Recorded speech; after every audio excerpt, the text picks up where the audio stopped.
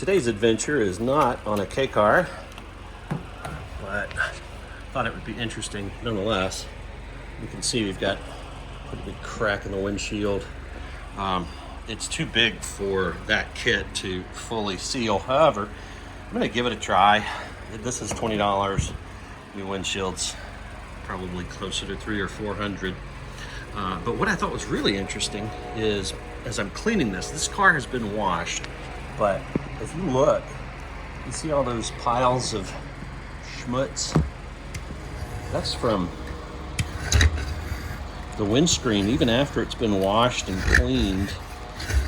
This is the material that embeds. The camera's not picking it up very well, but that's the material that embeds in the glass when vehicles are outside. There's just nothing you can do about it. And you're not going to get it off with a car wash. It's going to take a razor blade to actually get it to come off. So before I try to patch that big crack in the windscreen, I am doing a complete scrape. And I don't know if you can see that line of schmutz very well on the camera, but that is all crap that was embedded in the glass and would not come out with glass cleaner or a car wash. So if you have a windscreen that isn't as clean as you might like, be aware you might have some embedded material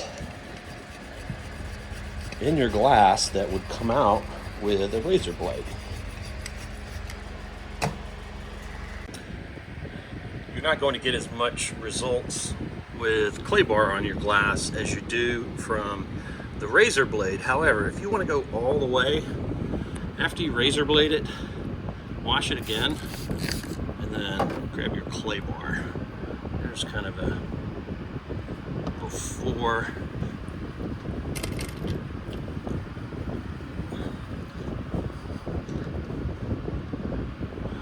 and after. I don't know if the camera's picking it up, but there's still a lot of schmutz